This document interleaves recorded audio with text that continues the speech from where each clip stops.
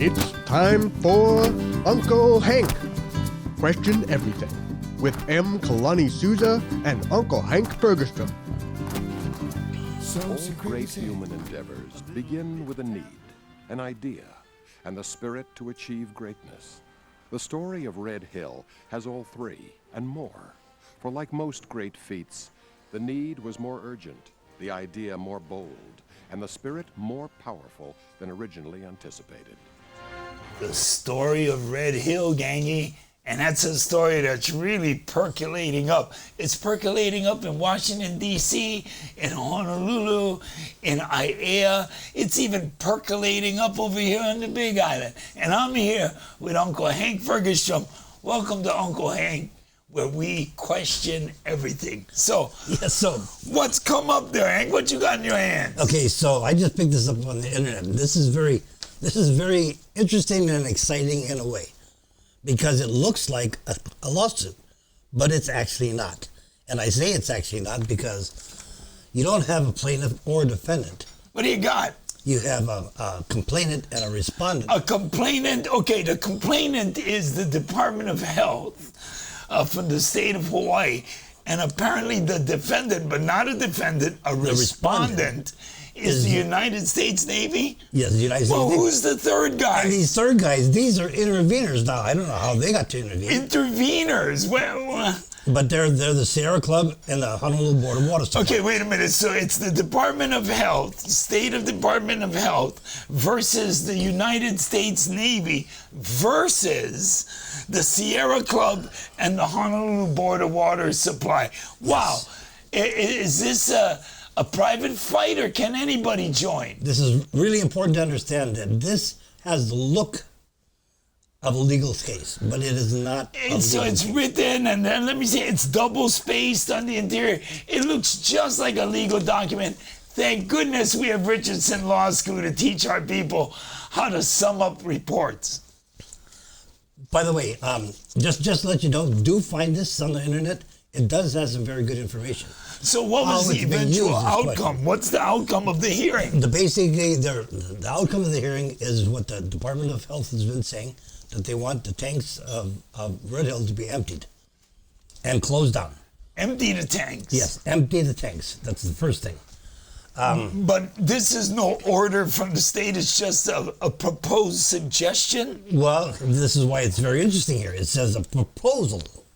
Okay, so it's like, now how do you propose something and then come up with a conclusion of law? Well, you know, gang, proposal. This has become a big ticket item in the last few weeks. Everybody's jumping on the water tank, as it were, to figure out what we're going to do about Red Hill and the polluted water supply. But I might add that this is nothing new.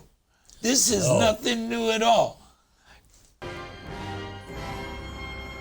Bringing a leak on Red Hill, a problem with a massive underground fuel tank. And tonight, the Navy has some explaining to do.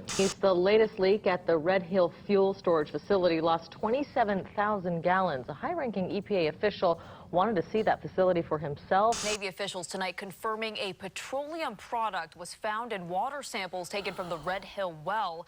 Wow, gang. So it turns out from 2014 to 2022, the Navy still couldn't get its act together. Apparently still leaking fuel.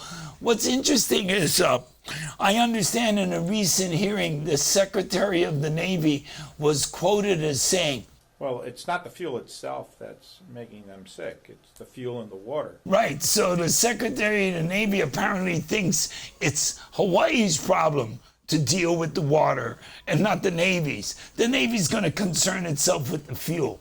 Now, the problem I have with this is the United States Navy is probably the largest environmental polluter in the world. This is so important because what the Navy is saying is that they're going to dispute the fact that the state of Hawaii is telling them directly to remove the fuel. Apparently, in the Hawaii Islands, we don't actually have to regard civilian authority as having any control over the military. Apparently not, because, I mean, if the Navy can say, no, wow, we're going to contest this. What do you mean you're going to contest an order from the governor? Yeah, well, you know, it makes you wonder, because I thought under U.S. constitutional rule, the civilian government is supposed to be served by the military, not the other way around. Yes. Well, maybe it's just blatantly a way of saying this is not actually a state gang. Which is what we've been saying forever. Right, this is actually the independent kingdom of Hawaii that is being illegally occupied by the U.S. And gosh, the U.S. military. And anytime you bring this up, they fall back on the coverage of national security. Whose nation? And Whose security for who? Yeah, I gotta agree. Those are the questions that are not being answered. But we're gonna continue asking those questions here in Uncle Hank, because we pretty much question everything. Yes, we do. Now, I got a question for you. Is Pearl Harbor not a super fun site? Pearl Harbor is a super fun site. It's got 2 super sites. I think there's some local Hawaiians who are there trying to work on cleaning up the water and cleaning up the fish ponds. They're getting some cooperation from the Navy. If that's what you want to call it. Well, in lieu of recent events, and by recent events I mean from 2014 to 2022, the Navy apparently has been unable to respond to the community's needs. And you know, folks, for just for a fast understanding, you cannot, I don't know what even gave them the idea that you should put a fuel tank 100 feet above an aquifer. But apparently they came up with this idea back in 1939, gang. Now that's a good year before the Great World War, Pearl Harbor in 1941, and our involvement. So the United States Navy has been planning Pearl Harbor as their main military base in the Pacific since 1870? About the water, we cannot allow the military to store anything above our aquifers. Well, that's going to be a little difficult. I mean, seems to me like the United States Navy is aware of incoming impacts of climate change. Now they're aware of the environmental impacts of their fuel storage, and so they're going to make moves to correct those decisions. Yeah, but they're not going to make them there. They're not going to make it for Oahu. Well, the thing about Oahu is it's pretty much turning into a $200 billion cleanup site.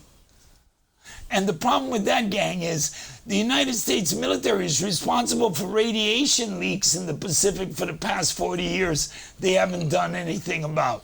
So I don't think Congress is actually setting aside any money to worry about our health-related issues or keeping the United States Navy responsible for its own actions regarding environmental stewardship. Now, the United States Navy is faced with a new challenge, and that is recent conversations in the United Nations have brought up talks of ecocide, environmental degradation, as the next great war crime against humanity.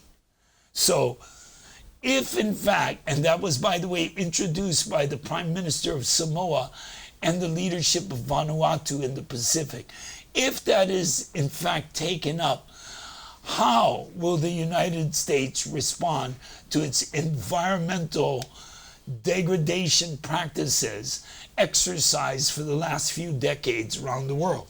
Yes, yes, yes. How do you think they will?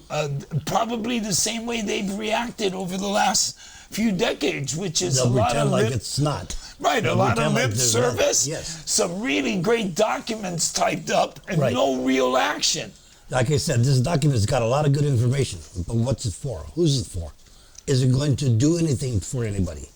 Well, that remains to be seen, gang. And we're going to keep on watching, keeping And we're an going eye to keep on asking this questions. Always because ask questions. This keeps getting deeper and deeper and deeper. And We just went through the annual celebration of the Americans attacking their own capital in Washington, D.C. So, a lot of things going on in the country, gang. A lot of things happening right here in Hawaii. We want you to pay attention and keep asking questions. And you know, one of the questions that we have to continually ask, Is there any lawful reason why the United States can claim jurisdiction in Hawaii? And is Hawaii, the state of Hawaii, actually a state because there is no annexation to even make a state? So perhaps the state of Hawaii is just a private corporation acting under principles and for the profit of certain ethnic groups and individuals in Hawaii, which may or may not include those who are Hawaiian nationals. Yes, well said. Come be a part of a minority view. Ao he pau ike, I ka halau ho o kahi.